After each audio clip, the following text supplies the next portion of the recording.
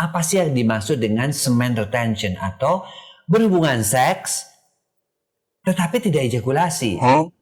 Ya, artinya dia butuh jeda lagi waktu. Kalau yang masih muda sih ya hanya beberapa menit saja dia sudah bisa ereksi lagi. Orang yang melakukan ini dia bisa orgasme berkali-kali tanpa keluar sperma, itu hebat. Itu hebat. Apalagi mereka-mereka yang menginginkan nikmatnya berkali-kali, keluarnya cukup sekali aja.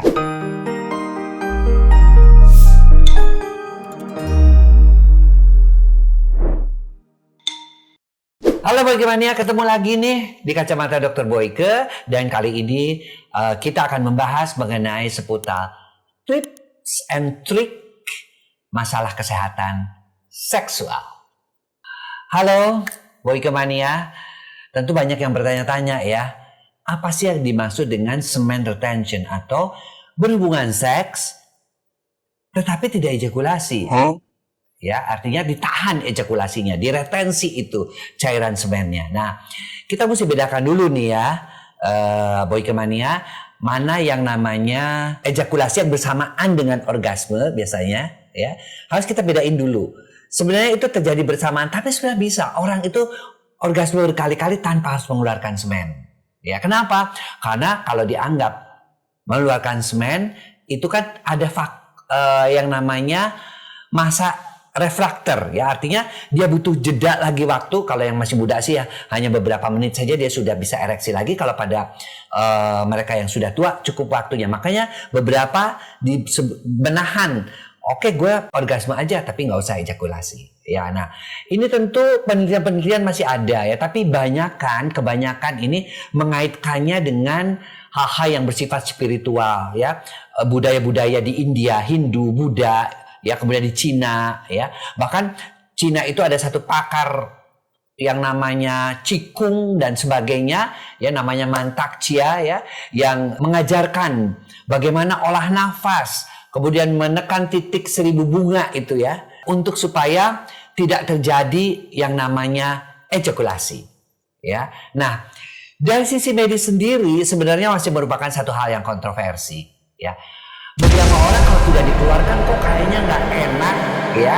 Apakah nanti spermanya itu memang akan diserap kembali sih oleh tubuh, tapi apa itu nggak yang seharusnya dikeluarkan ditahan itu apa nggak berbahaya? Nah, ini masih terus mendapatkan penelitian-penelitian. Tapi pada prinsipnya sih ya, orang yang melakukan ini dia bisa orgasme berkali-kali tanpa keluar sperma, itu hebat.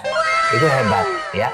Karena kan tetap saja dianggap bahwa ketika terjadi ejakulasi atau semen dikeluarkan, itu tetap yang namanya energi itu keluar. Ya, oleh karena itu orang-orang dulu ya, apalagi yang zaman dulu kan kaisar-kaisar atau raja-raja kan istrinya lebih dari satu. Nah, mereka mempraktekkan teori semen retention ini. Dan di zaman modern ini berbagai macam penelitian menunjukkan bahwa itu boleh-boleh saja dilakukan. Ya, tapi ya tentu saja bagi mereka yang mau hamil, pengen cepat punya anak itu nggak bisa. Ini hanya dilakukan, mau dicoba ya boleh-boleh saja ya. Tapi kamu juga mesti tahu teknik-teknik pernafasannya, kemudian atau bisa juga pakai teknik Master and Johnson misalnya ketika dia teknik stop and start ya, tapi itu beda. Kalau Mantak Chia kan dia lebih pada titik 1000 bunga itu di antara perineum ya. Jadi itu juga agak sedikit beda sih. Tapi pada prinsipnya semen retention boleh saja buat dicoba. Sekedar explore ya mengenai masalah-masalah kenikmatan seks. Apalagi mereka-mereka yang menginginkan nikmatnya berkali-kali, keluarnya cukup sekali aja. Boleh juga. Tapi kalau kita mau ikutin aturan-aturan seks yang benar sih ya, namanya juga hubungan seks, take and give, ya dikeluarkan juga nggak apa-apa.